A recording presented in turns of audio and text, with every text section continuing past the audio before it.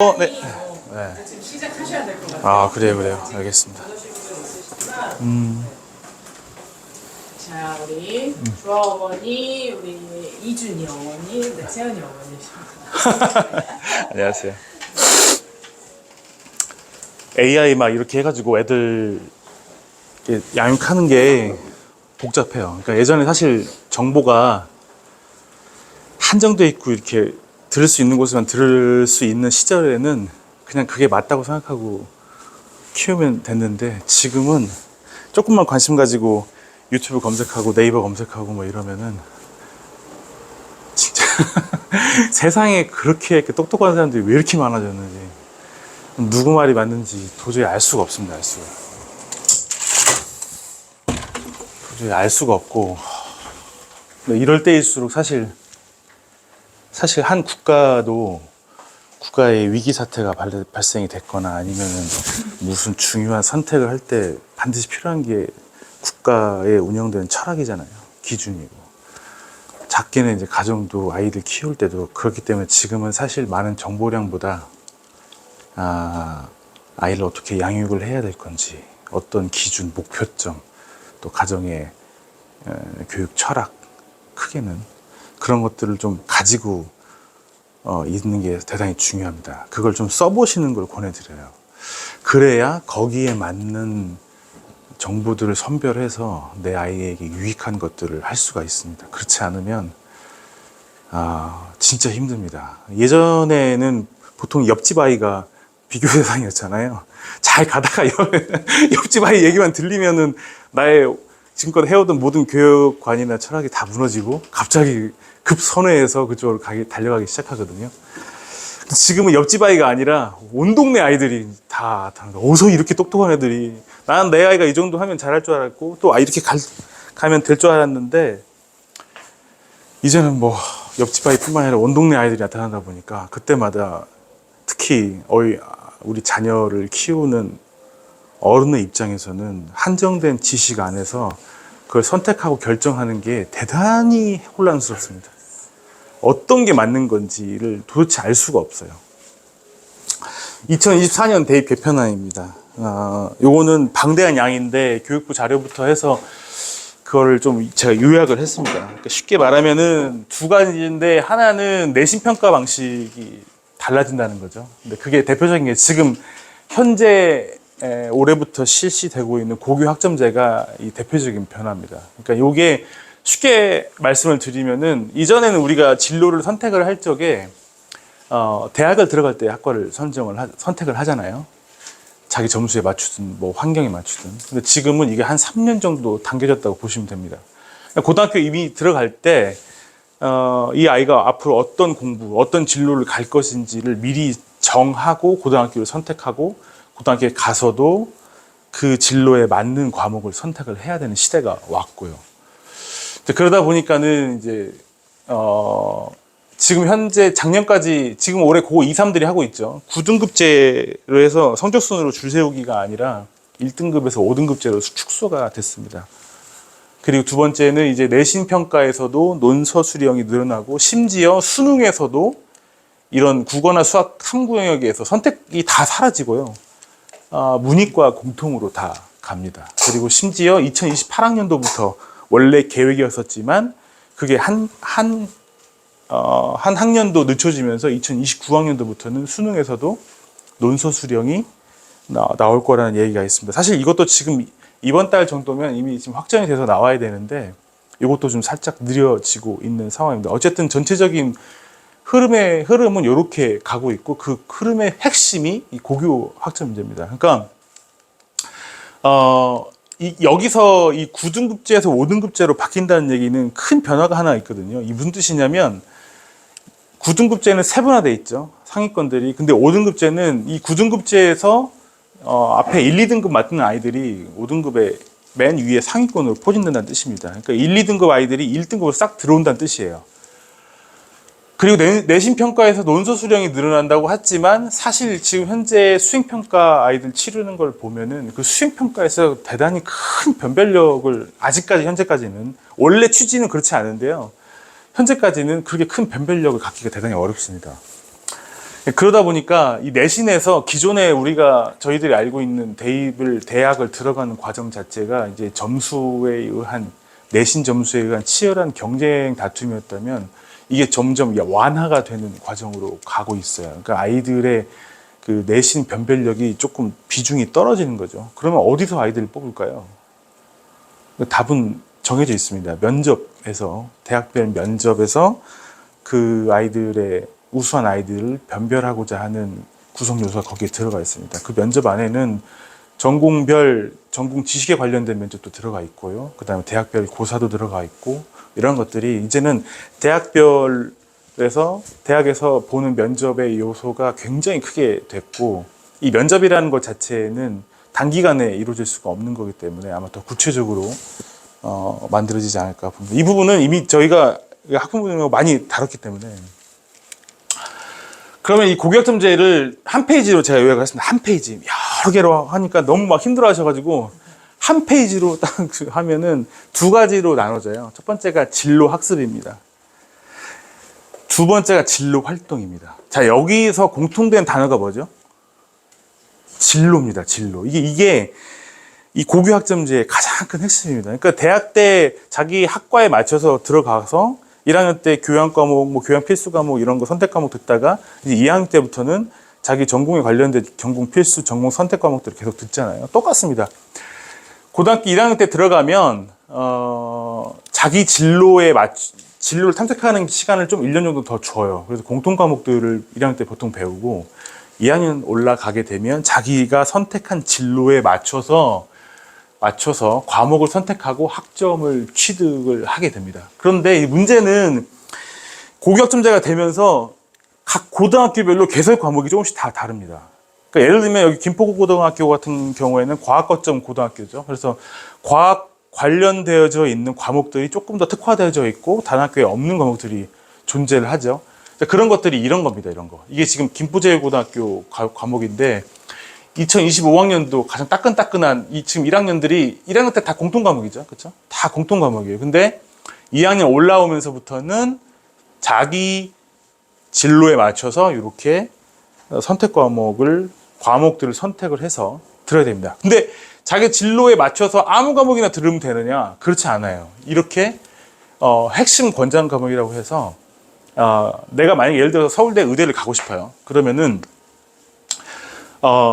생명과학 1을 반드시 들어야 됩니다. 이 네 가지가 다 권장 과목인데 그중에 생명과학 1은 반드시 들어야 되고 생명과학 2 미적분 확률과 통계 기하는 권장 과목으로 너희들이 고등학교 때 반드시 듣고 왔으면 하는 과목들이에요. 그러니까 이런 것들을 이미 고등학교에 들어가기 전부터 확인을 해야 됩니다. 각 대학들이. 이게 이제 서울대학교가 이런 걸 내놨으니까 곧 각 대학들도 다 내놓겠죠. 너희들 고등학교 지금 약간 혼란이에요. 고등학교들이. 왜냐면은 지금 1학년 고교학점제가 이미 딱 시작이 됐는데 선생님들도 아직 경험이 없죠. 그 다음에 아직 이 대입에 관련되어진 정확한 루트가 다 확정된 게 아직 안 나왔어요. 학점원들이. 그러니까 지금 수업은 진행되고 있는데 아이들도 학부모님들도 많이 혼란스럽죠. 그렇지만 이럴 때일수록 중심 줄기를 붙잡고 가야 됩니다. 그러니까 내가 지금 어떤 진로를 선택하면서 막연하게 나는 그냥 동물이 좋으니까 동물 수의사 할 거야. 여기서 이제 그전에는 붙였잖아요. 그게 아니라 좀 더 구체적으로 수의사가 되려면 나는 어느 대학에 어느 수의과를 가야 되는지를 좀 선택을 해야 돼요. 그러면 그 학교 홈페이지 그 수의과에 딱 들어가면요. 거기에 이렇게 핵심 권장 과목들이 나열돼 있습니다. 그러면 그런 것들을 보고서 이런 과목들이 빠짐없이 개설되어 있는 고등학교가 어딘지, 내가 가고자 하는 고등학교에 그 과목들이 개설되어 있는지를 확인을 반드시 하고 가야죠. 그게 좋고, 만약에 안 되더라도 이제 정부에서 이야기하는 거는 그 학교, 예를 들어서 나는 과학에 대해서 관심이 있는데 내가 김포제일고등학교를 다녀요. 근데 내가 듣고자 하는 뭐 예를 들면은 뭐가 있을까요? 바이오피직스, 뭐 생화학 관련된 과목이 없다. 그러면은 그게 김포고등학교에 있을 경우에는 내가 김포고등학교 제일고등학교 이름이 비슷해가지고 왜 이렇게 편의상 제일고등학교로 하겠습니다. 제일고등학교에 있지만 김포고등학교에 수업 시간에 맞춰서 가서 이동해서 들을 수도 있습니다. 또는 정부에서 해당 과목을 온라인으로 개설해 놓고 독학사처럼 이렇게 취득할 수 있는 방법도 여러 가지 방안들을 마련을 해놨어요. 그렇게 아이들이 하여튼 중요한 건 3년 정도 당겨져서 이제 고등학교 들어갈 때 내가 진로를 정할 때 좀 더 구체적으로 어느 학교에 어느 학과에 갈 건지, 그러면 그 학교에서 어떤 핵심 권장 과목들을 내놨는지를 확인을 하고 그 과목들이 내가 가고자 하는 고등학교에 개설이 돼 있고 특화되어 있는지를 확인을 하고 가면 되겠습니다. 그러니까 말 한마디로 이 고교학점제는 이 진로가 가장 꽃이에요. 물론 중간에 바뀔지언정 진로를 선택하고 그 진로가 확정이 돼 있는 상태면 아주 편안하게 공부를 해나갈 수가 있고 타겟을 잡을 수 있습니다. 그래서 진로 학습을 보면 공통 과목은 1학년 때 배우죠. 아까 보셨죠? 선택 과목이 2학년 때부터 시작이 됩니다. 진로 활동은 이 진로에 관련되어진 활동이에요. 대표적인 게 독서 활동이죠. 그 다음에 탐구 활동입니다. 말 그대로 내 스스로 어떤 그 진로에 관련되어진 의문점이 나타났을 때 독서 활동을 통해서든 조별 그룹 프로젝트를 통해서든 탐구 활동을 해 나가는 거. 세 번째는 관련된 동아리 활동, 네 번째 학내 활동, 관련 대회 등을 참여하는 겁니다. 이 모든 게 자기가 하고자 하는 분야에 관련되어져 있는 학업 활동과 다 연관되어져 있습니다. 그러니까 요거를 세 가지로 묶으면 여기가 이제 우리가 알고 있는 교과 내신 등급이죠. 근데 기존에는 저희는 다 지필고사 시험지만 봤단 말이에요. 근데 지금은 수행평가라고 해서 아이들이 중간 기말 뿐만 아니라 한 학기 내내 수행평가 봅니다. 중학교 졸업 올라가시면 이제 아실 거예요. 한 학기 내내 수행평가 봐요. 오늘 국어 수행, 이번 주에 수행 기간이다. 그러면 2주 동안 국어 수행, 사회 수행, 과학 수행, 영어 수행 계속 봐요. 그거 다 끝나면 이제 중간고사. 좀 쉴만하면 또 2차 수행 계속 봐요. 그렇게 해서 수행이 한 40% 정도를 차지를 하고 지필이 60%인데 앞으로 이게 이제 반영 비율이 역전이 될 겁니다. 지금 중학교들은 이미 역전됐죠. 예, 수행평가가 60%가 반영이 되고 지필이 40%예요. 그러니까 이게 무슨 뜻이냐면 수행평가를 만점을 맞으면 지필고사를 만약에 만점 맞았다, 수행을 만점 맞으면 지필고사를 78점 맞아도 A를 맞을 수 있어요. 이런 시대가 됐습니다. 그러니까 쉽게 말하면 평균적으로 지필고사를 80점 이상 맞아도 A를 맞을 수 있는 시대가 됐고 수행평가의 비중이 이제 점점 더 높아져 가죠. 수행평가라는 거 말 자체는 그거는 이제 그룹 프로젝트도 있을 수 있고요. 발표, 또 읽고 쓰기 이런 여러 가지 활동들이 수행평가에 들어갑니다. 이게 효과 내신 등급이고 이것만 있는 게 아니죠. 여기에다가 이제 학업 역량을 측정하는데 이 선택 과목에서의 이 효과 내신 등급하고 그 다음에 이거에 관련되어져 있는 독서 활동들을 통해서 이게 교과 세부 특기사항이라고 이 생기부에 다 기록이 됩니다. 그러니까 요거는 교과 세부 특기사항이기 때문에 담임 선생님이 앞으로는 담임 선생님 개념이 없어집니다. 이제 담임이 없어져요. 학교에 가면은 고학점제는 담임 선생님이 있는 게 아니라 그룹 선생님이 있어요. 관리해 주신 그룹 선생님. 그러니까 얘네들은 자기 그 스케줄에 따라서 움직이죠. 지금 1학년들이니까 공통 과목이니까 아직 그게 활성화 안 됐는데 얘네들이 이제 2학년 선택 과목 되기 시작하면 학교에 이제 출근을 하시면 애들이 학교에 출근을 하시면 아이들이 자기 스케줄에 따라서 대학처럼 이동하고 공강 시간에는 뭐 이렇게 도서관 같은 데서 또는 뭐 매점 같은 데서 이렇게 시간을 보낼 수도 있습니다. 그렇게 진행을 하고 요거를 교과 세부 특기사항이기 때문에 각 교과 선생님들이 학생의 생기부에 이 아이의 교과 특징들을 적어주시는 거죠. 이 활동들을 통해서. 또 하나는 탐구 활동이나 동아리 활동이나 학내 활동들을 통해서 문제 해결 능력이나 협업 능력들을 보는 겁니다. 이 어떤 프로젝트를 진행함에 있어서 환경의 어려움이, 여건의 어려움이 생겼을 때 그걸 어떻게 뚫고 나가는지에 대한 부분들, 이런 것들이 창의적 체험 활동들, 이런 것들이 여기 생기부에 다 기록이 되죠. 그러니까 교과 내신 등급, 교과 세부 특기사항, 창의적 체험 활동 이 세 가지가 핵심이고요. 이게 생기부에 오롯이 다 관리가 됩니다. 그래서 여기서 잘 보세요. 요거는 자기가 공부해서 수행평가 보고 지필평가 보지만 지필평가는 어차피 정량적으로 딱 정해져 있는 거라서 선생님들이 영향을 줄 수 있는 게 없죠. 그렇지만 수행평가는 선생님들이 정성적으로 평가를 하는 겁니다. 얘도 마찬가지죠. 얘도 선생님들이 정성적으로 평가를 하는 거예요. 예를 들어서 제가 여기 중학교, 고등학교들한테는 그런 얘기를, 이제 고등학교 이제 여기 졸업하고 고등학교 간 친구들한테는 항상 그런 얘기를 하죠. 지금부터 중학교 때부터 책을 읽으면 그 책 읽은 것을 반드시 글쓰기 요약을 하고 두 부를 출력을 해서 하나는 담임 선생님, 또 하나는 교육과 관련된 선생님한테 제출하는 습관을 가져라. 그게 여기를 위한 거죠. 이런 것들을 통해서 그다음에 요 세 가지가 오롯이 이제 이 아이의 진로에 대해서 다 하는 겁니다. 뭐가 중요하냐면 이제부터 선생님과의 관계가 되게 중요해요. 선생님과의 관계가 틀어져 있으면 아무래도 영향을 많이 받게 됩니다. 근데 여기서 말하는 관계라는 거는 서로 선물을 주고받는 아주 따뜻한 관계를 말씀드리는 게 아니라 학업적 관계예요.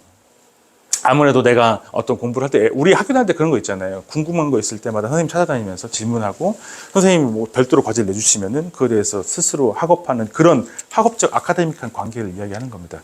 그런 관계들이 이 세 가지에서 오롯이 다 이 생기부에 기록이 되기 때문에 선생님과의 관계를 저는 그래서 중학생들한테도 지금부터 연습하라고 아주 강력하게 얘기를 하죠.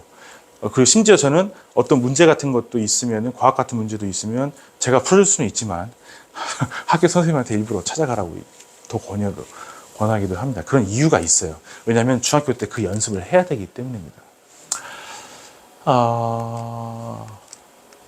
그래서 이제 초등학교 때 그러면 이제 고교학점제가 다 이미 실시가 되고 진행되고 있는 상황이기 때문에 과연 내 아이 초등학교생들은 뭐 어떻게 도와줘야 되느냐.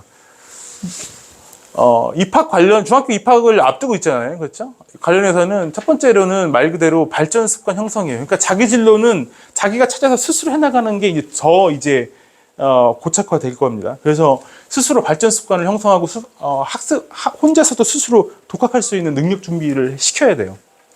이제 그 대표적인 것들이 이제 비문학 독서와 글쓰기, 초등 고학년 되기 시작하면 이따 말씀드리겠지만 이런 것들 또는 선택하고 책임지는 연습들을 계속 해내가야 되고, 두 번째는 영어를 많이 배운다면 이제 영어는 예전처럼 저희가 배웠을 때처럼 막 문법 문제 정말 생각만 해도 따분한 그런 문제들 읽고 해석 쓰고 막 이런 문제가 아니라 이제 영어가 완전한 도구화가 일어날 수 있어야 돼요. 챗GPT 같은 이런 AI 프로그램들과도 영어로 대화할 수 있을 정도의 도구화가 이루어져야 되고, 이걸 목표로 철저히 가야 됩니다. 이제 앞으로는 더 심하게 유튜브의 모든 유능들도 마찬가지고 영어가 제1세계어가 돼 있기 때문에 이거는 이제는 영어 도구화가 이루어지고, 도구화 단계에서 일단 머물지 않아야 돼요. 거기서 멈추면 안 됩니다. 그 이유도 뒤에서 말씀드릴게요. 두 번째는 진로 관련인데요. 하나는 요거는 이제 아까 말씀드렸다시피 고교학점제 이후부터는 아이의 진로가 가장 중요하기 때문에 다양한 경험과 관찰을 통해서 아이의 성향과 재능을 파악을 하시는 게 부모님들의 역할입니다. 지금까지는 어떤 직업이 좋다라고 부모님들이 몇 가지를 선택지를 주고 또는 아니면 이걸 하라고 말씀을 드리잖아요.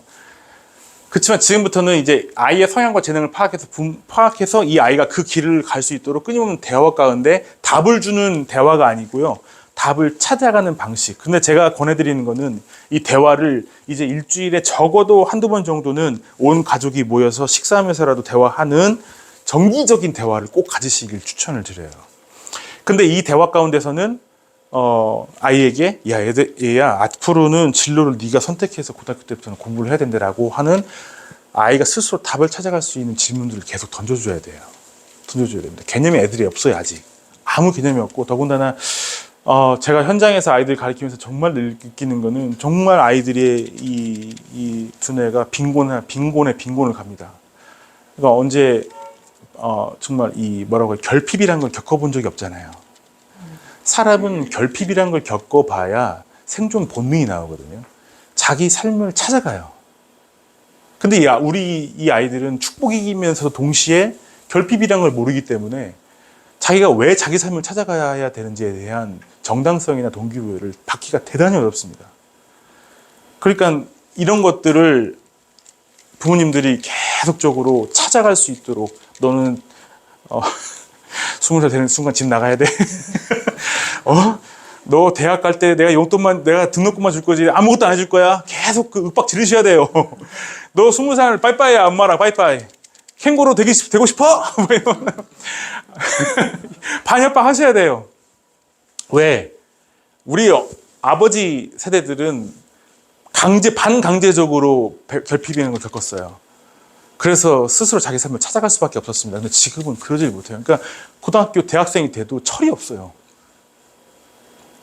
심지어 20대 후반, 30대가 넘어가는데도 아직까지 엄마 학원 갈게 돈 주고 이러고 다니잖아요.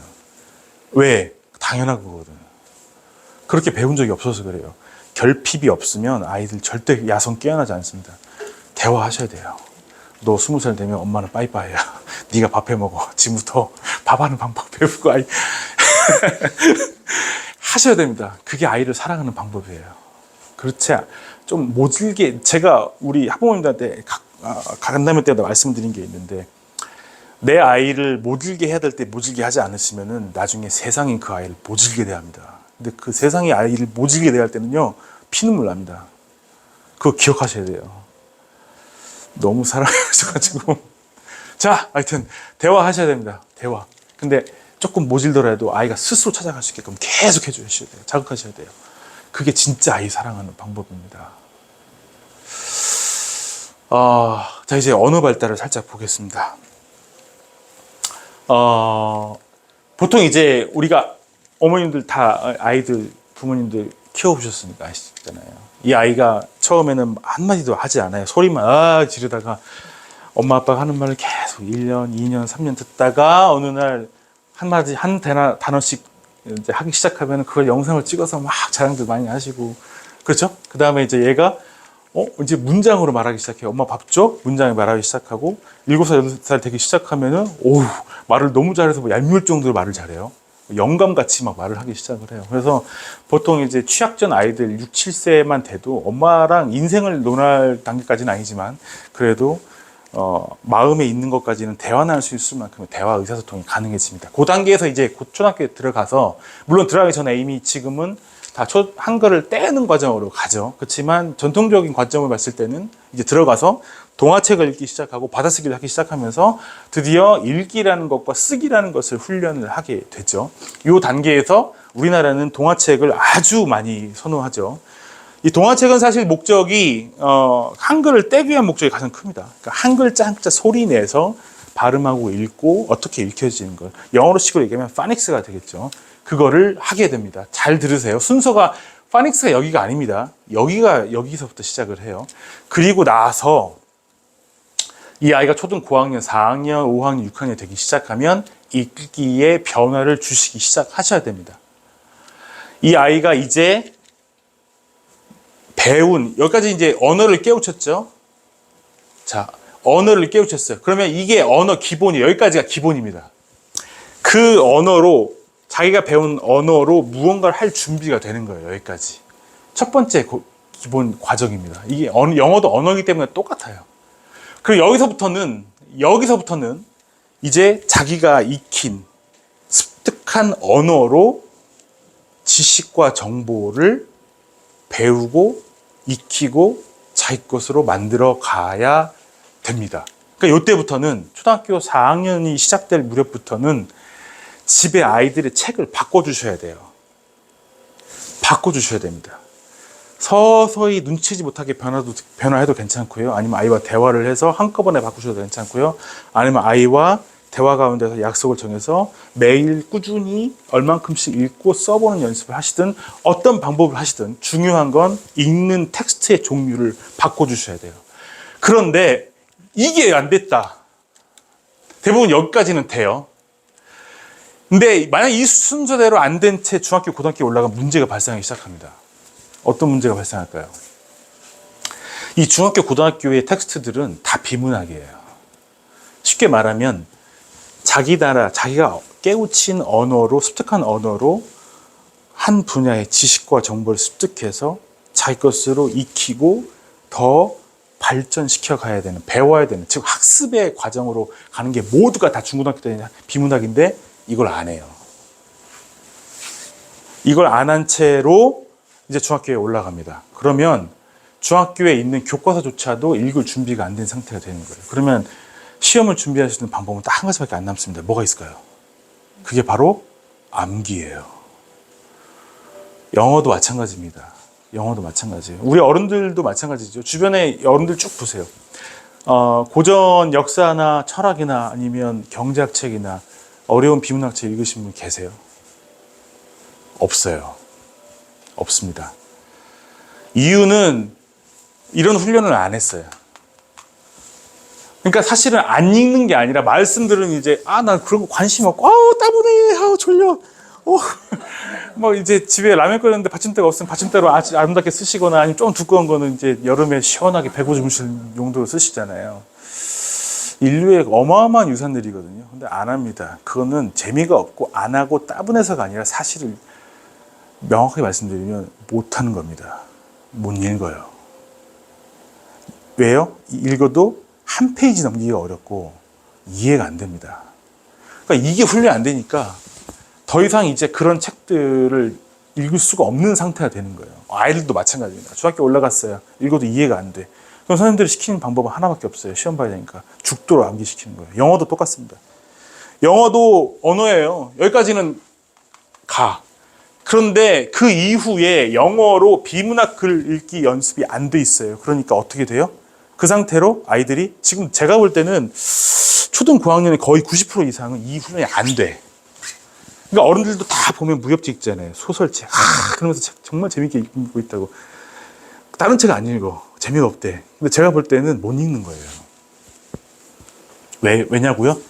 사람은요, 비문학 책을 통해서 지식을 습득하고 생각이라는 걸 하기 시작하면 반드시 주변 사람들에게 말하게 돼 있습니다. 근데 제 주변에 그런 사람이 없어요. 다 소설, 무협지. 신나거든요. 기억할 필요가 없는 책들. 기억이 필요 없어요. 재미만 있으면 돼. 줄거리만 익히면 돼요. 그리고 요즘에 이제 스마트폰에 이 짤들. 엄청 짧아요. 그러니까 이걸 계속 보다 보니까 이런 책들은 보통, 문장의 길이가, 최소 2줄. 또는 이제 좀 이 시대의 천재들이 쓴 책들을 보면 한 문장이 막 4줄, 5줄 돼. 읽다가 어떻게 돼? 에이, 짜증나. 뭔 소리 하는 거야, 이 사람. 이렇게 딱 해. 근데 나의 구원자 유튜브와 이 수많은 짤들은 와, 그냥 한눈에 혹혹 들어와. 그러니까 이거에 이제 계속 이제 적응되다 보니까 더 이상 긴 문장을 읽을 수가 있어요, 없어요? 없어요. 뇌가 그렇게 가버립니다. 뇌는 가소성이 있어요. 플라스티시티. 뇌 가소성이 있어요. 한번 그쪽으로 가기 시작하면 필요 없는 것들은 싹 다 죽입니다. 뇌는. 그러니까 짧은 거, 점점 영상이 점점 짧아져요, 이제. 쇼츠까지 나와가지고 이제 10초 넘어가면 짜증내버려, 그냥. 문장 길어지면, 뭐 이렇게 길어. 뭐야, 이거. 야, 네가 설명 좀 해줘. 이렇게 갑니다. 그러니까 중학교 애들 제가 여기서도 만나면 90%는 다 이 준비가 안 되는 상태로 와. 어쩔 수 없이 다 외웁니다. 외우는 건 공부가, 근데 슬프게도 외우는 건 공부가 아니에요. 시험 끝나면 어떻게 돼요? 휙 다 날아갑니다. 영어 커리큘럼이 이제 2가지가 있습니다, 저희가. 하나는 모국어 습득 방식이 KP타운 영어 과정이 있고요. 또 하나는 NAT 교과 최상위반이라고 교과 영어 내용 컨텐츠를 중심으로 해서 비문학 읽기까지 같이 가서 이거는 이제 초등고까지 이렇게 2가지를 가지고 합니다. 제가 여기 안에 있는 이 컨텐츠들을 신나게 말씀드려봐야 다 이해 못 하세요, 지금. 굵직굵직한 것만 말씀드릴게요. 이 과정들은 통해서 하나씩 말씀드릴게요. 이게 이제 기본 과정. 처음에 아이들 캐피탈 기본 과정 말씀드리면 아이들이 들어오게 되면은 이 기본 과정을 시작을 합니다. 근데 처음에 저희는 레벨 1부터 5인데요. 듣기부터 시작을 해요. 글자부터 가르치지 않습니다. 가르치지 않고 소리부터 듣고 흉내내기를 시켜요. 소리. 특히 명사 중심으로. 소리 듣고 그 다음에 그 물건이 어떤 소리가 나고 그 다음에 그 물건에 대한 글자를. 그러니까 그 3가지를 같이 가요. 글자 자체의 파닉스의 규칙을 가리키는 게 아니라 영어는 파닉스 왜 배우는지 아시는 것도 말씀드릴게요. 파닉스는 사실 아까 여기 이걸 보여드려야 돼요. 네, 보세요. 파닉스는 여기예요, 여기. 그러니까 이미 이 소리를 듣고 그 다음에 대화가 가능하고 말할 수 있는 아이들이 영어는 사실 독일어 제가 배운 독일어는 읽는 규칙이 다 들어맞아요. 예외가 없어요. 근데 영어는 읽는 규칙이 없어요. 그러니까 초등학교에 들어오게 되면 선생님과 어른들과 영어로 주고받는 대화가 아무 문제가 없는데 애들이 못 읽어. 그래서 읽기 훈련을 시키는 거예요. 그게 파닉스예요. 규칙이 맞는 것도 있지만 안 맞는 것도 많아요. 어떤 건 소리 안 나는 것도 많아요. 그러니까 그런 거를 가리키는 과정이 파닉스예요. 근데 우리나라는 얘부터 영어를 시켜요. 자, 얘부터 영어를 시키면 지금 보세요. 지금부터 이건 동이라고 읽고 화라고 읽고 책이라고 읽고 동, 화, 책. 자, 이렇게 읽으면 영어의 리듬이 살아날까요? 안 살아날까요? 안 살아나요. 안 살아납니다. 그래서 이 과정에서 소리부터 듣고 흉내내기부터 시켜요. 단어, 그 다음에 문장 따라 흉내내는 걸 통해서 리듬을 자꾸 익혀갈 수 있게 합니다. 그리고 말 연습 녹음을 매 수업마다 진행을 해요. 읽기 연습시키고 쓰기 연습시키고 심지어 한 달에 2번 발표도 시켜요. 발표 애들 싫어하잖아요. 그런데 여기 오면 좋아하게 돼요. 애들 서로 하려고 합니다. 그 다음에 또 하나, 매월 한 권을 완전히 그냥 입에 붙을 때까지 암기시키는 게 아니고요. 듣고 따라하는 방식으로 한 권을 통으로 시킵니다. 이렇게. 이렇게 계속 한 권을 입에 붙이는 과정이에요. 완전히. 그 어떤 애들보다도 리듬이 살아있고 언어적 감각이 살아있게 돼요. 네? 이렇게 가는 겁니다. 그러니까 요거를 이 과정 가운데서 레벨 1부터 레벨 5까지 이 과정 가운데서 여기 안에서만 300, 기본 300여 권을 원서 반복해서 집중해서 연습해요. 반복해서. 그러니까 이렇게 되는 게 당연한 거예요. 당연한 거. 충실히 잘 따라오면. 그리고 매일 이렇게 수업을 아이들이 직접 적어서 선생님한테 확인 도장 받고 끝나면 성장 일지까지 적어요. 오늘 어땠는지 적고 아이들이 스스로 계속. 그러니까 우리 애들은 오면 자동이에요. 오면 암송 연습부터 시작해서 쫙 적고 해. 선생님이 도장 늦게 찍어주면 나한테 선생님이 혼나요. 애들한테. 선생님 왜 이렇게 똑바로 안 하냐고. 선생님 오늘 좀 약간 기분이 안 좋아 보이는데요? 뭐 애들이 선생님 이렇게 해가지고 아이들이 스스로 항상 그런 장치들을 우리는 다 가지고 있어요. 애들이. 왜냐하면 언어는 지식을 주입하는 과정이 아니라 자기가 직접 듣고 말해야 돼요. 그렇지 않으면 절대 배울 수 없어요. 그래서 문법 수업 10년, 20년 들어도 영어가 안 되고 독해해주는 수업, 우리나라만 있는 아주 웃긴 수업인 거 아세요? 선생님이 읽고 자기가 해석해줘요. 그래서 애들은 그렇구나. 집에 숙제가 얼마나인지 아세요? 그 숙제가 반대로 뒤집으면은 너 여기서 내가 지금까지 다 말했으니까 집에 가서 네가 한번 읽으라는 뜻이에요. 근데 숙제도 엄청나게 내줍니다, 막. 근데 그 대부분 다 그게 암기죠. 자, 요렇게 갑니다. 요렇게. 이게 캐피탈 기본 과정의 골자입니다. 그 다음에 심화 과정 넘어가요. 이제 여기 앞에 이제 요 과정을 끝내고 레벨 테스트를 딱 끝난 다음에 심화 과정이 어느 준비가 됐다라고 판단이 되면은 이제 요 수업을 들어갑니다. 요게 이제 이 기간이 각 레벨당 평균 6개월 정도입니다. 그러니까 여기까지 오고 가면 5, 25 해서 한 2년 반 정도가 걸려요. 2년 반. 그래서 3년 정도가 평균 아이들 소요가 됩니다. 그 정도가 돼야 왜 이렇게 많이 걸리냐고 엄마들 성격급 하시는 엄마들이 얘기를 하실 수 있는데 그 정도 아이들 키운 거 생각해 보세요. 이 아이들이 그렇게 그 정도 돼야 두뇌 발달부터 시작해서 이 언어를 받아들일 수 있는 준비가 돼가는 거예요. 계속 리듬부터 시작해서 영어적 감각이나 어순 감각을 체득하는 거기까지가 이 시간들이 필요합니다. 이 시간 없이 그냥 가면 못 따라와요. 저희가 다 해보면 안 돼.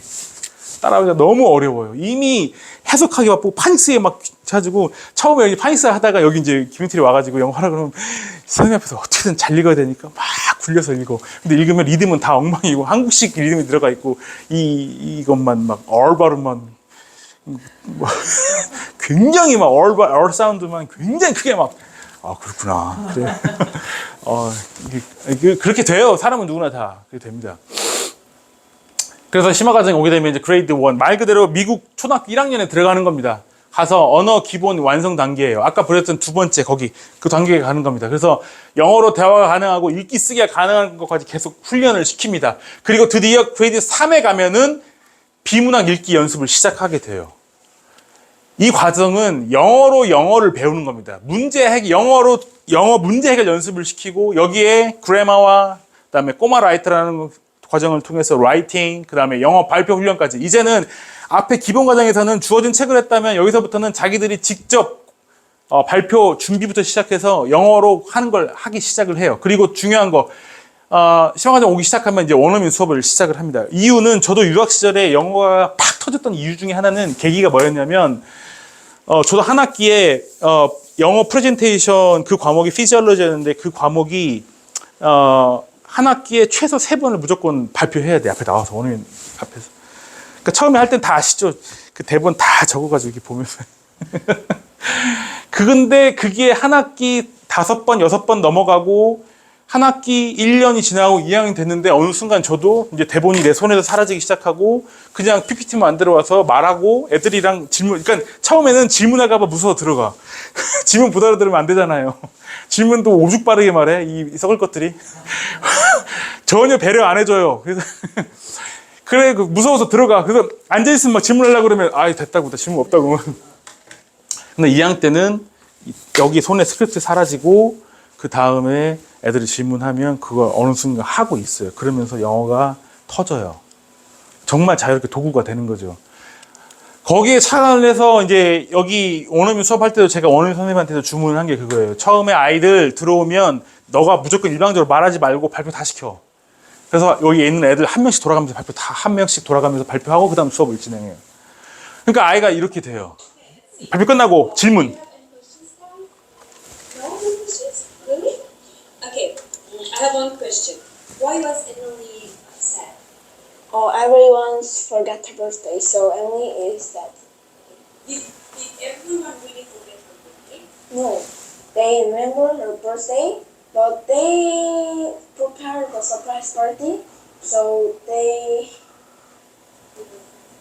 Yes. 야, 이렇게 듣고 즉각 자기가 자기 생각을 답하고 표현할 수 있게끔 이렇게 만들어주는 게 대단히 중요합니다. 이렇게 만들어주는 게. 이게 바로 아까 말씀드린 그 2번째 단계까지 온 거예요. 여기까지 와야 돼요. 영어가 그냥 도구가 될 때까지 여기까지 와야 돼요. 근데 이 기간을 기다려 주셔야 됩니다. 애들한테. 그러니까 저희가 진짜 안타까운 게 뭐냐면 여기까지 왔는데 갑자기 단어 암기 말고 학교 시험 준비한다고 가고 그래요. 그럼 이 아이는 언어적인 게 싹 다 까먹는 거야. 진짜 중요한 게 남았는데. 그래서 이 언어민도 단계별로 처음에 브릿지반이 있고, 그 다음 미들 클래스가 있고, 그 다음에 이제 어퍼 클래스가 있어요. 어퍼 클래스에서, 미들 클래스랑 어퍼 클래스는 발표하면서 이제 아이들한테 하고, 특별히 이제 어퍼 클래스에 있는 애들은 그 쓰는 교재도 상당히 수준 있는 비문학 교재를 사용을 하게, 다 주문을 넣었어요. 이 원어민 선생님한테. 굉장히 좋은 실력 있는 선생님이에요. 그러니까 이 선생님이 뭐라고 그러냐면은 자기가 강남이랑 연예인들 자녀들 가리키는데 여기 있는 기빙트리 애들이 자기 my favorite 최고, 진짜 잘한다고. 얘는 어떻게 가리켰냐고. 이렇게 갈 수밖에 없어요. 왜냐하면 정말 인생에 있어서 달콤한 추억의 열매들은 끝까지 본질을 지키고 인내하는 자에게 주어지는 겁니다. 중간중간 아까 얘기했죠. 예전에는 옆집 아이 때문에 금방 그 길을 숲을 바꾸잖아요. 지금은 온갖 데 온통 막 그런 아이들 보니까 자기 교육 철학이나 방향이 금방 바뀌어버리는 거야, 그냥. 그러니까 끝까지 가지 못해. 요 앞에 조금만 더 파면은 금광이 남아 있는데 앞에 남겨놓고 그냥 돌아가 버립니다. 여기 넘어서면 까짓 거 학교 공부 아무것도 아닌 건데 그걸 못 가는 거예요. 안타깝죠. 그 다음에 이제 MET 교과 최상위 반응이라는 거는요, 요것도 저희가 생설을 했어요. 그래서 이제 초등 고학년 때 선택을 할 수 있는데, 요거는 교과 영어의 컨텐츠를 가지고 똑같이 영어를 도구하고 체화시키는 훈련입니다. 근데 이거는 좀 더 훈련이 강도가 높아요. 오면 듣고, 받아쓰고, 낭독하고, 받아쓰고, 5번 듣기, 낭독 5번, 그 다음에 영작 테스트에서 틀린 거 3번씩 쓰기, 실전 테스트, 그걸 여기서 학습한 거 실전 테스트하고, 또 거기서 끝나는 게 아니라 말하기, 쓰기에 반복 훈련 최소 14번을 반복시켜요, 저희가. 영어는 반복입니다.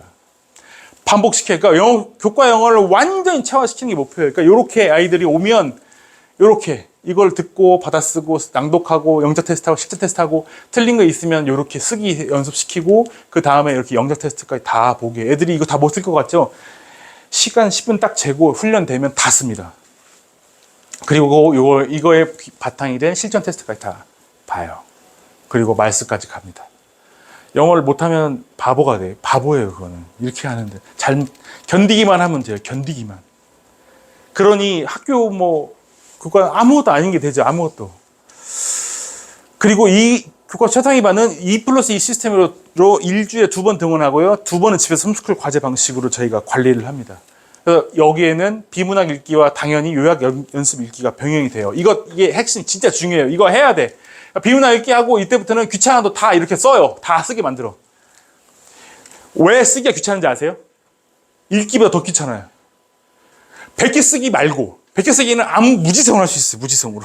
100개 쓰기는 아무 생각 없이 할 수 있어요. 근데 저희 100개 쓰기보다 기본 과정을 벗어나면 그다음부터 100개 쓰기 안 시켜요. 왜? 요약 쓰기를 해야. 쓰기가 가장 귀찮은 작업이에요. 왜? 두뇌가 가장 많이 돌아가요. 그래서 정치인들, 작가들, 특히 글 많이 쓰는 사람들하고 말싸움에서 이길 수가 있어요? 없어요? 못 이겨요. 그 사람들이 근데 세상을 이끄는 리더예요. 우리가 현행 다니고 있는 이 학교 시스템의 최고봉이 어디입니까? 대학원이에요. 대학원 가면 수업 들어요? 아니에요. 하는 일이 뭐예요? 읽고 글 쓰고 읽고 글 쓰고. 사람이 할 수 있는 최상의 학습의 형태는 읽고 글 쓰고예요. 그러니 두뇌가 발달 안 할 수가 없어요. 그러니까 이 비문학 읽고 처음에 쓰라고 하면 막 얼굴에 5만 가지 막 이상을 쓰지. 선생님 저를 싫어하시나요? 막 이렇게 얘기하면서 시작해서 저를 왜 괴롭히시나요? 막. 왜냐하면 두뇌가 싫어하는 거예요. 우리 이거 기억하세요? 인간 성장학에서 이야기를 뇌 신경학에서 항상 개념이 두뇌는 게을러요. 어떻게든 저걸 안 할까 생각하는 게 두뇌예요. 기본적으로 얘는 게으릅니다. 예. 그래서 반대로 그 게으름을 극복하는 습관을 만든 사람이 성공하는 거예요. 그 다음에 비문학 원서 읽기도 주말 과제 나가요. 많죠. 근데 더 스토리 오브 더 월드라고 해서 아주 좋은 고전 책을 아이들한테 제가 한 챕터씩 읽고 글 쓰고 그 안에 제가 만든 책이 또 있어요. 워크북을. 이 세상에 하나 존재하는 거. 왜냐하면 그냥 읽기라고 하니까 너무 애들이 힘들기도 하고 배경 지식이 너무 약해가지고 제가 거기다가 문법, 중학교 문법 상황부터 시작해서 꼭 알아야 되는 구문까지 다 집어넣었어요. 그래가지고 주말 과제로 아이들한테 하고 지금 잘 진행되고 있습니다. 또 하나. 당연히 여기도 매월 영어 주제 발표가 있습니다. 안 시킬 수가 없죠. 당연히 하죠. 이런 Because of Windixi 같은 책, 뉴베리상 수상작 같은 책 읽고 이렇게 이렇게 발표시켜요. I'm gonna tell you about this book. 이거 그냥 대사 없이 하는 겁니다. From chapter 1. 연습시킨 적도 없고. From chapter 1, there were Oppa and a dog. Oppa went to the store because 네. her dad sent. 이 친구가 이제 올해 국제고 간 친구예요. 올해 가서 지금 수업 잘 하고 있고, 얘는 이 상태로 갔으니 영어 그렇게 크게 어려움 없겠죠. 자, 요렇게 이제 NCT 최상 위반이 진행이 되고 있습니다. 자, 그러면 도대체 그 발표 시스템이라는 게 뭐냐? 기본 과정에는 월 2번을 저희가 꼭, 합니다. 근데 기본 과정은 말 그대로, 이렇게 하는 거예요, 이렇게. Hello, my name is the teacher. It's the super day of summer.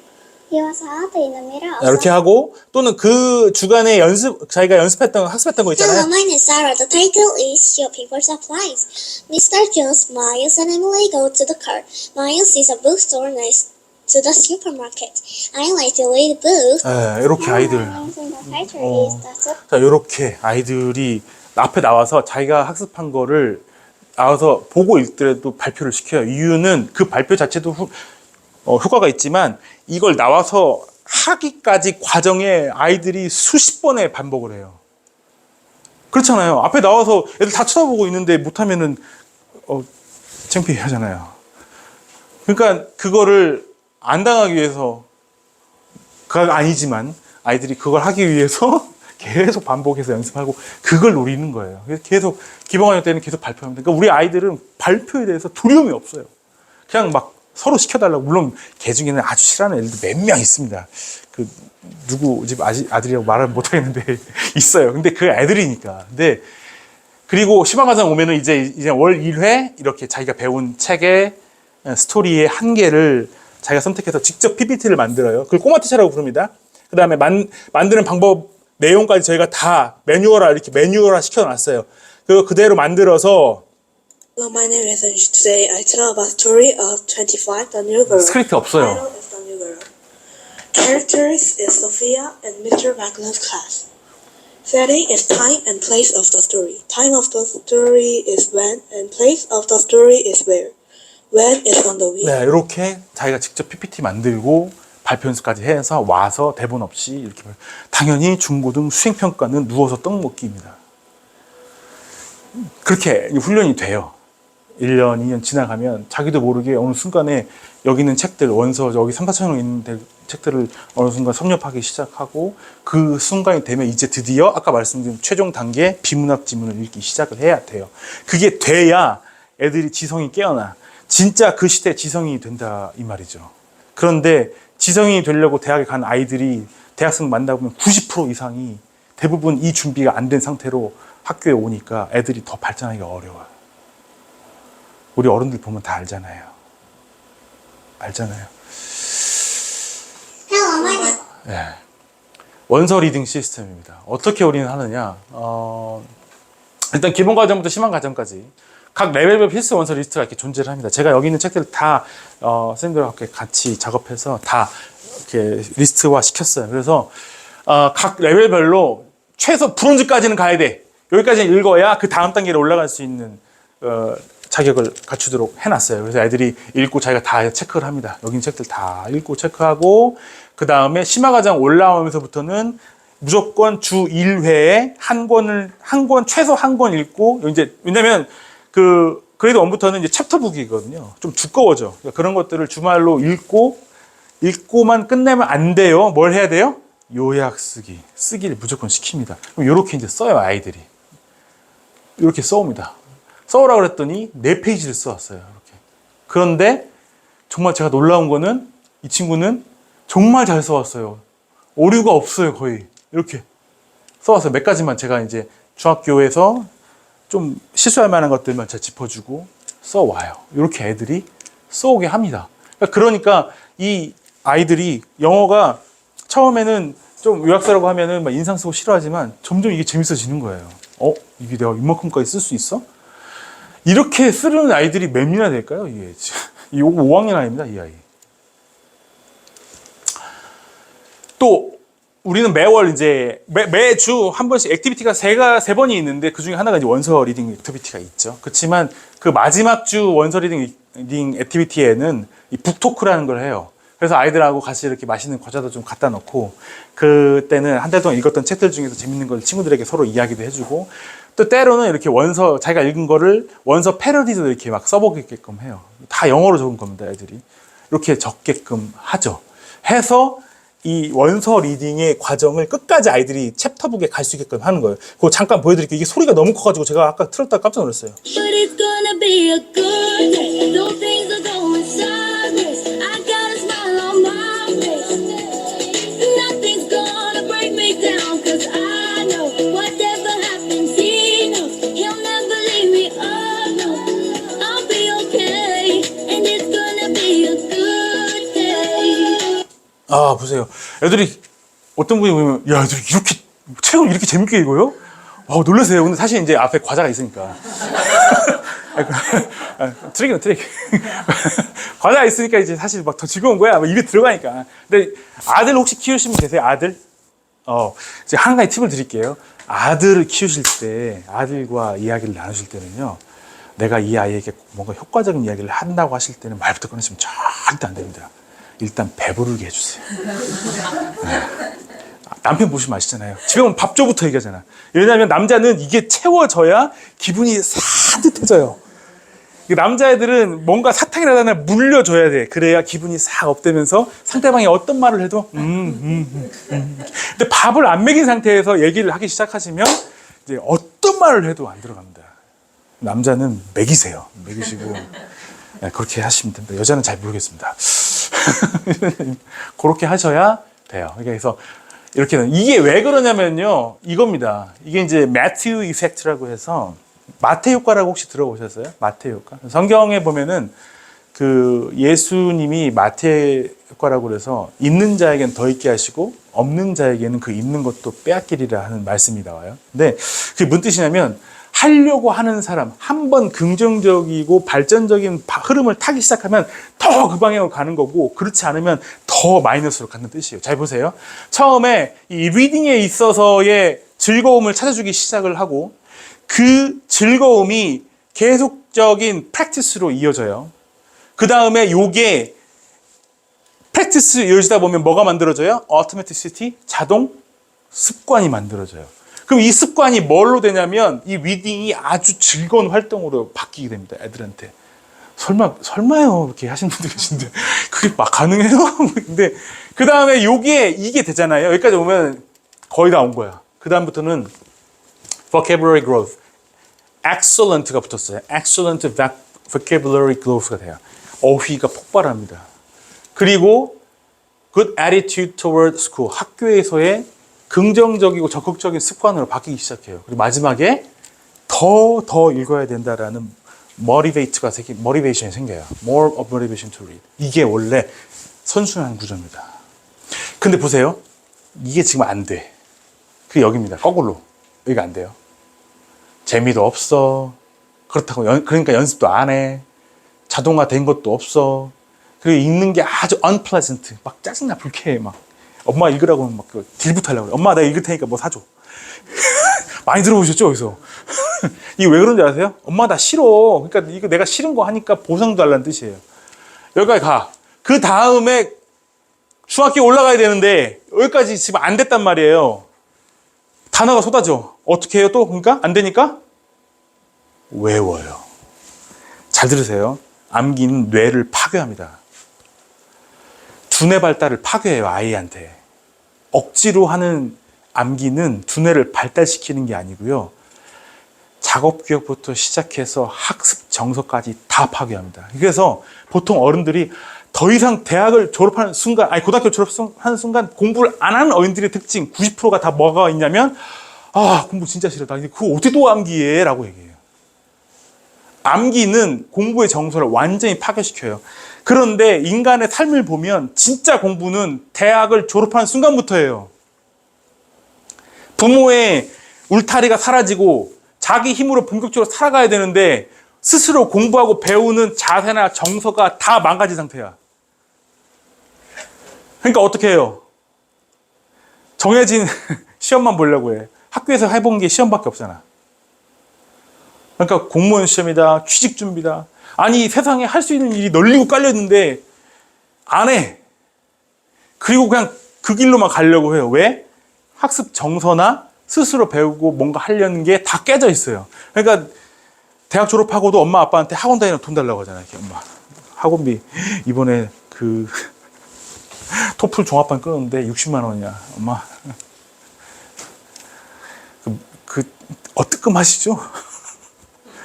제 친구들이 다 하는 얘기예요.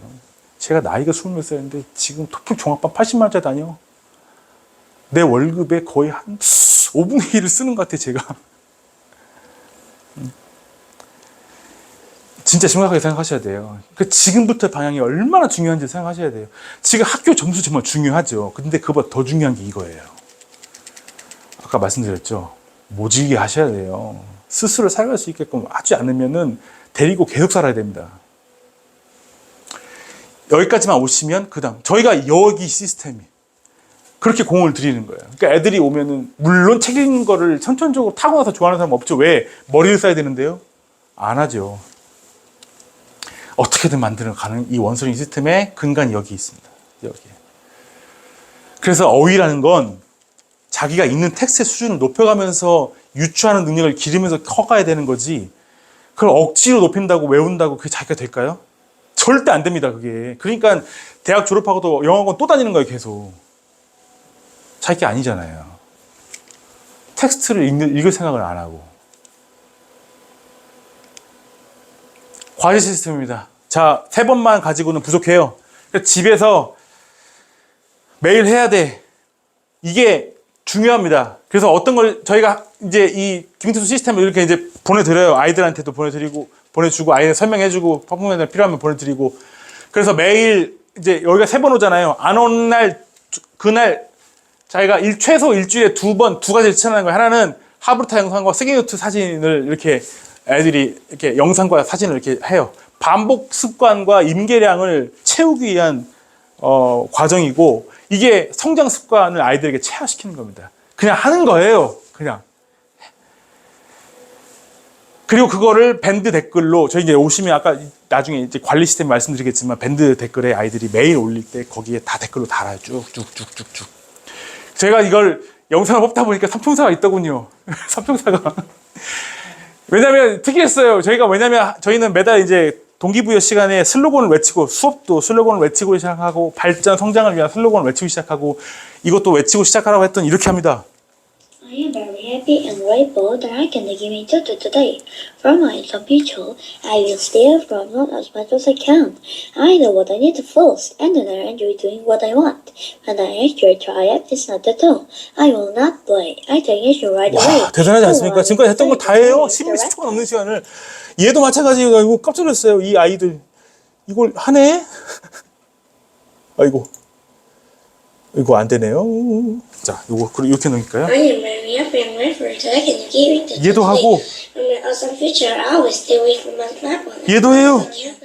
And I actually try to 그냥 노래 부르듯이 합니다. 노래 I will 부르듯이. not delay. I never should right away. Hello, my name is Toka. 자, 요렇게 아이들한테 자기의 발전 습관. 지금 올해 이번 달 3, 4월 달은 I will not delay. I take action right away. 난 미루지 않아요. 당장 할 거예요. 시작할 거예요. 라는 거를 계속 자기도 모르게 외치고 해요. 말엔 힘이 있습니다. 힘이. 엄마 나 싫어 안 해. 아 짱나. 뭐 이런 게 아니라 I will not delay. I take action right away. 그전에 했던 것도 계속 반복해서 또 아까 했던 것 중에는 전 집에 가면 뭐부터 해야 돼? 내가 하고 싶은 걸 먼저 하는 게 아니라 해야 할 걸 먼저 그걸 영어로 바꿨어요. 제가 그래서 그걸 애들한테 가르쳐줬어요. 애들이 그걸 또 막 하면서 합니다. 그런 것들. 자, 수업 관리 시스템은 이제 저희가 레벨별 밴드를 만들어서 들어오시게 되면은 레벨 1, 2, 3, 레벨 4, 5 다 묶어서 아이들 들어오게 하고 첫 수업 끝나면 이렇게 첫 수업 안내문도 요 앞에 말씀드린 설명들을 다 드립니다. 그리고 밴드 개별 채팅창을 다 이렇게 열어드려가지고 거기에서 학습과 아이의 학습 변화, 태도 변화 또는 수업 일정 같은 것들을 우리가 부모님들과 또 소통을 하는 창구들을 마련해 두고서 아이가 특별하게 아주 중요한 지점을 통과를 했거나 학습에 큰 진전이 있거나 아니면 감정적으로 힘들고 다운됐거나 수업 일정에 있어서 여행 가셔서 좀 좀 빠지셔야 됐거나 이런 것들은 이제 여기 개별 채팅창으로 이제 하고 아까 여기 있는 이 숙제들을 하게 되면 이렇게 밴드 들어오시면은 이런 것들 밑에 댓글로 쭉 다시면 됩니다. 소통 창구가 이렇게 마련되어 있어요. 자, 이제 거의 다 왔습니다. 독해력과 독학력입니다. 이게 되게 중요한데 여기 독자와 여기 독자는 틀리죠. 여기는 혼자 있다는 뜻이고 여기는 있는다는 뜻이죠. 그런데 이제 정리를 하자면 아이들이 고학년에 올라가기 시작하면 동화책에서 비문학으로 넘어가기 시작을 해야 됩니다. 요게 안 되면 강의, 암기, 쉬운 책들에 의존을 할 수밖에 없는 인생이 될 수밖에 없어요. 다 마찬가지입니다. 그래서 안 읽는 게 아니라 못 읽는 거예요. 저희가 지금 이제 저녁에 9시에서 9시 반까지 막 독서 챌린지도 아이들 합니다. 이유는 이걸 넘어가도록 도와주는 거예요. 그래서 아이들한테 책을 고를 때도 역사, 철학, 과학, 위인전 중에서만 골라라. 학습 만화, 그 다음에 동화책 절대 안 돼. 요 4개 중에서 하나 골라서 선생님들과 같이 만나서 이렇게 하자. 이거 지난주에 했던 겁니다. 지난주에 저녁 때 9시에서 9시 반까지 이 김용태리 학생이라면 누구나 다 참가할 수 있게끔 저희가 하는 거예요. 왜냐면 저희도 이 아이들 도와야잖아요. 이거 안 도우면은 이게 돕는 게 어머님들 교육비 절약시켜드리는 거예요, 이게. 이런 책들을 읽지 않으면 아이들 나중에 틀림없어요. 다 여기에 강의, 암기, 쉬운 책에 의존하게 돼 있습니다. 근데 이게 다 보세요. 공짜로 되던가요? 아이들한테 너희들 혼자 가지 마. 선생님 같이 할게. 들어와서 15, 15 규칙에 의해서 읽고 또 요약시키고 발표해서 영상 올리고 아이들과 함께 이 강을 혼자 가기 힘든 강을 같이 넘어갈 수 있게끔 도와주는 거예요. 근데 신기하게 아이들이 싫어할 것 같잖아요. 안 그래요. 죄송합니다. 사람은 배우고 익히고 뭔가를 깨달아가고 성장할 때 말도 못하는 즐거움이 찾아와요. 근데 그게 없다 보니까 그 빈자리를 자꾸 다른 걸로 채우려 하는 거예요. 달콤한 거, 재밌는 거, 뭔가 쇼킹한 거. 독서 챌린지는 바로 지속적 독서가 될 수 있도록 하는 거고 이게 이제 여기에 첨언해서 특별히 많은 방대한 양의 책을 읽어야지만 생길 수 있는 독해력을 또 교정시켜주는 프로그램을 저희 또 보유하고 있어요. 아이들한테 도와줍니다. 진짜 더 큰 발전을 소원하는 친구들한테 너 이거 와, 특별히 더 훈련 받자. 딱 2년에서 3년 정도 시간이 걸리는데 비문학만 집중적으로 읽고 또 요약시키고 제가 가지고 스터디퍼스트 독해력 훈련이 또 있습니다. 이거를 아이들한테 권장하기는 4, 5, 6학년 때는 특별히 우리 아이가 조금 더 비문학적인 능력, 연습이 좀 필요하고 독해력을 조금 교정시켜야겠다 싶으시면 이거는 저희는 권장한 적극 권장입니다. 그렇지만 역시나 쉽지 않아요. 아이들한테는. 그렇지만 선생님이 있기 때문에 같이 갑니다. 이 독서 챌린지를 소리가 너무 하고 크네요. 난 소감은요. 저도 처음에는 독서를 하기 싫고 싫었는데 끝나고 소감을 한번 물었어. 집중이 돼서 시간도 빨리 가니까 다음 연도까지 계속 해보고 싶고요. 네, 실제로 이 아이는 지금도 계속 하고 있습니다. 계속 그리고 이거 독해력 교정 훈련도 하고 있어요. 이 아이는 지금도 하고 있습니다. 그래서 지금 코스모스 읽으면서 한 단락씩 힘들지만 저희와 같이 가고 있어요. 기대가 되는 친구입니다. 이런 친구들은 나중에 고생 덜 하겠죠. 지금 해놓으니까. 그러니까 이런 능력들을 가지게 되면 자기 인생을 자기답게 살 수 있어요. 대단히 중요합니다.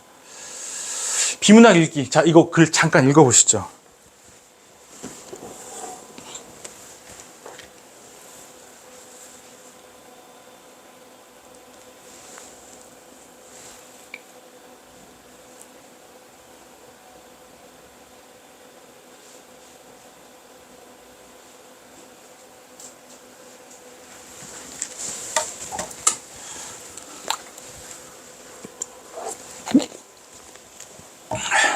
자, 보세요. 소설 읽는 거 다르죠? 요쯤 내려오면 여기가 싹 사라지는 놀라운 매직이 생깁니다. 요쯤 내려오면 내가 지금 여긴 어디? 나는 누구? 막 갑자기 요쯤 오면 여기 뭐야? 이거 뭔 소리지? 위에 뭐가 있었는데? 근데 사람은 반드시요. 여기에 있는 내용을 여기와 연결시킬 때 추론이라는 과정이 자동으로 생겨요. 근데 이게 사라져요. 그럼 추론이 됩니까? 안 돼요. 이건 실제로 작년 수능 국어 지문입니다. 이게 비문학 지문들이에요. 근데 이런 것들은 읽기 방식이 달라요. 그래서 반드시 고학년 될 때부터는 바꿔주고 연습을 해야 돼요. 음이단 읽기라는 방식으로 바뀌어요. 근데 일부러 이렇게 바뀌어야 돼. 한 단어씩 또박또박. 어떤 친구들은요, 제가 고3 애들을 가르칠 때 보면은 이걸 아무리 읽어도 이해가 안 되니까 어떻게 하는지 아세요, 얘가? 울면서 또박또박 독서는 독자 또박또박 새기면서 막 읽는다고. 그럼 더 이해가 돼요, 안 돼요? 안 돼요. 인간은 7글자를 넘어가면 뇌가 기억을 못해. 그래서 전화번호도 7글자, 8글자 넘어가면 그 이하에서만 노는 거예요. 안 돼요, 그게. 그래서 심지어 우리나라는 앞에 옛날 011, 018도 있었지만 다 없애버리고 010을 해버렸잖아요. 그것도 없애버렸어. 011 나온 지 8자리. 그렇게 읽으면 안 돼요. 절대 이해 못합니다. 요렇게. 근데 이건 어떻게 되냐면 의식적인 연습을 통해서 나중에는 체화가 돼서 그냥 자연스럽게 이게 의미가 이해되는 독서법으로 바뀌게 됩니다. 이렇게. 이게 바뀌어져야 돼요. 근데 이 연습이 안 된 상태로 중학교에 올라간단 말이에요, 애들이. 90%가. 그러니까 문법책을 주고서 자, 읽고 설명해봐 그러면 모르겠는데요. 그 웃지 못할 해프닝이 벌어진 이유가 이거예요. 뭐 읽어도 이해를 못해요, 애들이. 어휘력 다운돼 있어요. 비문학 안 읽으니까 당연히 어휘 수준이 지금 초등학교 저학년 유치원생에 머물러 있는데 이런 거 안 읽는데 어떻게 올라가요? 그러니까 중학교에 와서 텍스트에 교과서에 나와 있는 어휘들을 이해를 못하는 거죠. 이해를. 정말 놀랍습니다. 제가 정말 재밌는 얘기 정말 많아요. 정말 많습니다. 치마살, 엄마 치마에서 막 이런 거 먹는 거는 잘 알죠. 먹는 거 잘합니다. 먹는 거 잘 알아요. 죄송합니다. 먹는 건 기가 막혀요. 잘 먹어봐가지고. 근데 이런 연습이 돼요. 그러니까 어휘 수준 높인 방법이 말씀드렸다시피 우리가 한국어를 했던 것처럼 모르는 단어가 나와도 산 찾는 게 아니라 유추한 능력을 찾고 컨텍스트를 통해서 읽는 능력을 가르쳐줘야 되고 이게 안 되는 애들이 강조하는 얘기고 이 비문학 읽기 3박자 훈련이 바로 읽고 요약 쓰고 말하고입니다. 뭐라고요? 읽고 요약 쓰고 말하고 이 세 가지가 한두 번으로 되는 게 아니라 꾸준히 돼야 돼요. 그러면서 이 읽는 수준을 높여줘야 돼요. 계속 테스트 수준을. 그래야 이 아이가 지성인으로 멋지게 자라갑니다. 이거 있었네? 그렇구나. 가야 되는 거구나. 이렇게 가요. 그렇지 않으면 요게 사라진 상태로 가니까 다 그런 웃지 못할 일들이 벌어지는 겁니다. 이렇게. 코스모스, 아까 이게 코스모스 쓰고 있잖아요. 이렇게. 초등학교 5학년 아이. 한번 찾아보세요. 이렇게 쓰라 그러면 다 두세 줄만. 코스모스 읽었는데 재밌었다. 우주가 너무 방대해서 끝. 이 정도 끝. 진짜 보세요. 요렇게 쓴다고 요렇게 써야 돼요.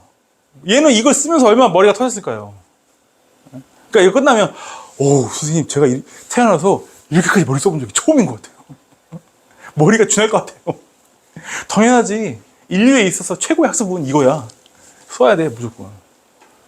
무조건 써야 돼. 쓰고 말아야 돼. 쓰고 말아야 돼. 보세요. 세상을 이끌어가는 리더들. 작은 중소기업 사장부터 대기업 사장님까지 또는 정치인까지 보세요. 프레젠테이션의 달인들이고 글쓰기의 달인들이에요. 오죽하면은 누군가가 성장 발전하기 위해서 블로그에 매일 글 쓰라고까지 할까요? 근데 매일 글 쓰는 사람이 가능할까요? 있을까요? 거의 없을걸요. 어렵습니다. 그만큼. 왜냐면 두뇌는 게을러요. 기본적으로. 어떻게든 안 하려고 합니다. 이렇게. 영어도 똑같아요. 영어도 이렇게 적자. 똑같이 적혀요. 영어도 똑같이. 자, 그 다음에 동기부여 특강이 있습니다. 매월 말 다음 달 도전 목표를 제시하기 위해서 제가 이렇게 아이들 모아놓고 합니다. 암송 챌린저에 대해서도 애들한테 가르치고, 또 성장 습관, 암송 연습 왜 중요한지도 가르치고, 영어 슬로건 이번 달 거 I'll not delay, I take action right away 이것도 아이들과 같이 공유하면서 3, 4월 달에 어떻게 우리가 발전할지 게으름을 이겨내고. 왜냐하면 마인드셋에 제일 중요한 이 두 가지과의 싸움이거든요. 이건 애들도 마찬가지고 어른도 마찬가지입니다. 저 두 가지와의 싸움이에요. 게으름과 나태함. 사실 이 두 가지만 이길 수 있는 자기 나름대로의 방식과 노하우를 가지고 있으면 성공하기 어렵지 않습니다. 근데 대부분 저 두 가지죠. 게으름과 나태함. 나태함은 뭐죠? 나태함이라는 단어도 어렵잖아요. 나태함. 하긴 하는데 대충대충 하는 거. 주의 집중하지 않아요. 대충대충. 애들 보면은 뭐 학습시키면 다 아시죠? 대충대충. 했다는 표시만 내. 했다는 표시. 다 이 게으름과 나태함이 습관되고 있다는 아주 좋지 않은 현상입니다. 그래서 이거를 제가 그러니까 이 동기부여 때 하는 이야기의 거의 절반 이상은 다 이거예요. 얘들아, 게으름 같은 절대 안 돼. 절대 안 돼. 적극적인 긍정적 사고하면서. 왜냐면요. 이거 이제 이렇게 시킨다는 뜻입니다. 요거 이제 애들하고 같이 외치는 거 한번 볼까요? 그래도 언어는 힘이 있습니다. 준비했으니까.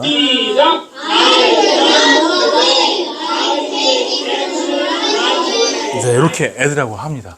왜냐면요. 진짜 이제 제일 중요합니다. 아이들을 가르칠 때 우리는 어른들은 아이들한테 뭐가 되기를 원해요. 야, 너 의사대. 야, 너 편사대. 야, 너 돈 많이 버는 직업 가야 돼. 뭔가를 자꾸, 왜 그게 쉽거든요.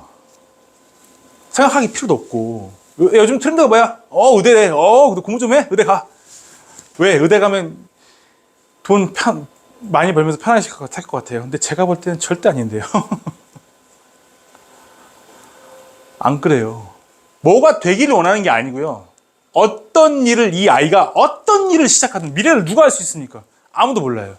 근데 어떤 일을 하든 시작만 했다 하면, 손을 댔다 하면 해낼 수 있는 힘을 가진 애들로 키울 수 있는 양육 관점을 바꿔야 돼요. 교육도 마찬가지입니다. 이걸 갖기 시작하시면 이게 보여요, 아이들의.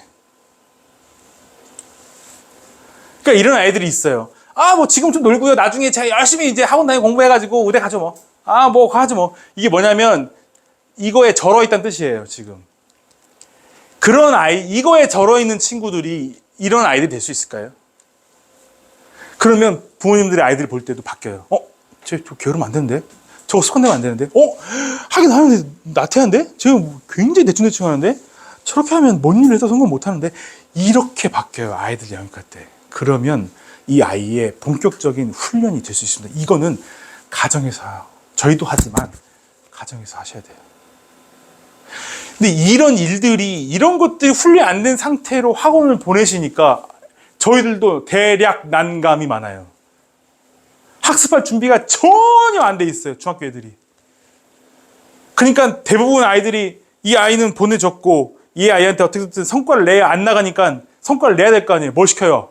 또요.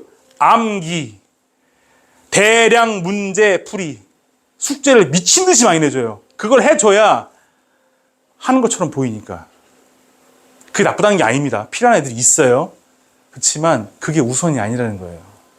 그게 준비 안 된 상태로 하니까 나중에 뭔 일을 해도 안 돼요. 조금 하다가 아 힘들어. 아 이거 안 될 것 같은데. 왜 대기업에서 좋은 학교 나온 애들을 뽑게 되냐면 그거 우연이잖아요. 지금 다 블라인드니까. 뽑고 나서 보니까 그런 애들이야. 왜냐면 어떤 애들은 어떤 일을 맡겨놨을 때 막 진짜 잠 안 자고도 해 막. 자기 마음에 들 때까지. 근데 어떤 애들은 1시간, 2시간 하면은 한 A4 용지 한 반 페이지만 채워도 어우 힘들어. 나 진짜 빡세게 했어. 와 너무 힘들어. 너무 열심히 했어. 그리고 딱 네. 그러면 객관적으로 그 위에 상관이 딱 보면은 결과가 눈에 보여요? 안 보여요? 보여요. 이런 걸 해본 적이 없어요. 이걸 깨본 적이 없어. 그러니까 내가 열심히 한다라는 그 양의 커패시티가 다 달라. 그러니까 뭔가를 시작해도 안 되는 거예요. 돈만 죽이는 거지. 영어도 마찬가지입니다. 국어도 마찬가지고 교육에 있어서의 아이의 그 야성을 깨워야 되고 뭘 시작해도 자기 스케줄 관리하고 자기가 더 하나라도 매일매일 해나가는 습관을 만들어줘야 되고 부모가 없을 때 나는 어떻게 살아야 되지를 고민을 하게끔 만들어줘야 되고 스스로 자꾸 애들이 뭘 손을 대도 했다 하면 성과가 나올 수 있게끔의 능력치를 갖도록 자꾸 아이들을 가르쳐줘야 돼요. 그러니까 저는 식당 가서 밥 먹을 때 가장 뜨거운 게 뭔지 아세요? 물론 편의상 그런 거 다 이해합니다. 그렇지만 부모님들 밥 먹으면서 아이 조용히 식사하시려고 스마트폰 딱 쥐어주기 시작하세요. 이렇게. 그러면 그게 나쁘다는 거 아닙니다. 나쁘다는 거 아니에요. 근데 그걸 쥐어주기 시작하시잖아요. 편의상. 그럼 그 아이는 책 읽기 대단히 어려워집니다. 세상은 뭐든지 하나를 선택하면 하나의 대가가 반드시 따라와요. 이제 김인태리 오셨잖아요. 김인태리 오셨는데 제가 프로그램 설명하면 뭐합니까? 지금 다 이해 못하세요. 오셨는데 저는 오신 분들 쉽지 않은 발걸음 시간을 주셨는데 뭐라도 인생에 있어서 아이들 가르침에 있어서 교육함에 있어서 정말 중요한 거 하나는 얻어가셨으면 좋겠다는 건 저는 이거를 말씀드려요. 지금 대한민국뿐만 아니라 이런 것들이 안 됩니다. 제가 올해 유학생활 하고 한국 들어와서 정말 깜짝 놀랐어요. 애들 보고서. 정말 깜짝 놀랐습니다. 아이들의 세계가 여기에 다 들어가 있습니다. 생각이 점점 짧아지고 지식 수준은 점점 낮아지고 과연 이 아이들이 다음 세대를 책임질 수 있을까 염려가 될 정도로 우리 아이들 잘할 수 있습니다. 대한민국 제가 외국에 있어 보니까 대한민국 사람 진짜 똑똑해요. 대한민국 민족처럼 똑똑하고 잘 회전 좋은 민족이 없어요. 그런데 한편으로 이게 없습니다. 철학이 없어요. 아이들 어떻게 가르쳐야 될지, 키워가야 할지. 성과는 부모가 내는 게 아닙니다. 아이가 조금이든 많든 자기가 스스로 작게든 많게든 자기들이 만들어가야 돼요. 그렇게 단단하고 갑자기 광고가 생각나네. 단단하고 야무지게 단단하고 야무지게 자기 삶을 키워가는 아이들로 하시고 그렇게 하실 때 정말 아이들 멋지게 커갈 수 있을 거라는 생각이 들고 이것도 기억하십시오. 마지막. 인간이 시작하는 모든 일은 다 이런 사이클로 올라갑니다. 이렇게 가는 거 보셨어요? 이렇게 간다고 얘기하는 건 다 사기꾼이라고 보시면 돼요. 다 사기꾼이에요. 처음에는 성과가 나타나지 않는 기간이 반드시 나타납니다. 영어도 마찬가지예요. 이 견디는 시간은 본질에 충실할 때 견딜 수 있습니다. 쉽게 말하면 방향과 공부가 돼 있어야지만이 나는 지금 바른 길로 가고 있다라는 확신과 함께 이 시간을 견딜 수 있습니다. 이걸 견디는 사람만이 이 엑스포넨셜한 성장, 급성장을 맛보게 됩니다. 이걸 맛보는 아이가 나중에 저걸 갖게 돼요. 어머님들, 아버님들 투자 좋아하시잖아요. 이렇게 올라가는 거 있어요? 다 이렇게 갑니다, 이렇게. 근데 알려줘도 90%는 여기까지 와서 다 팔아버려요. 왜? 연습을 해본 적이 없어요. 공부를 해본 적이 없어요. 아이 교육도 똑같습니다. 똑같습니다. 오늘 그렇게 기빙트리에 와 함께 시작하셨으니까 아이들과 함께 멋진 발전을 이루어갔으면 좋겠습니다. 여기까지 할게요. 네.